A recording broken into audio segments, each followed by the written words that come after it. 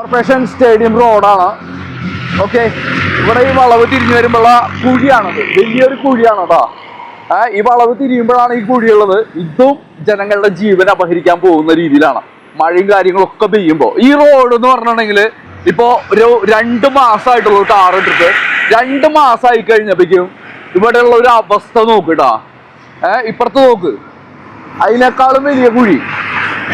ഈ പറയുന്ന കുഴികൾ കൊണ്ട്, വളവിന്റെ അവിടെയൊക്കെ കുഴി എന്ന് പറഞ്ഞിട്ടുണ്ടെങ്കിൽ ഇവിടെ ഹെൽമെറ്റ് ഇടാത്തതിനും കാര്യങ്ങൾക്കൊക്കെ ഫൈൻ ഈടാക്കുന്നുണ്ടല്ലോ. ഇതുപോലത്തെ കുഴികളും കൂടി നടക്കി ജനങ്ങളുടെ ജീവൻ സംരക്ഷിക്കപ്പെടണ്ടേ, അതിന് വേണ്ടിയിട്ട് നോക്ക്. ഇതും വലിയൊരു കുഴിയാണ്. വെള്ളം കെടുക്കുന്നതുകൊണ്ട് ചിലപ്പോൾ രാത്രിയോ കാര്യങ്ങളോ അറിയില്ല, ഇതിൽ വീഴാനുള്ള സാധ്യതയുണ്ട്. അതേപോലെ തന്നെയാണ് അതും. രാത്രി മഴ പെയ്യുമ്പോൾ അറിയാനുള്ള സാധ്യതയില്ല.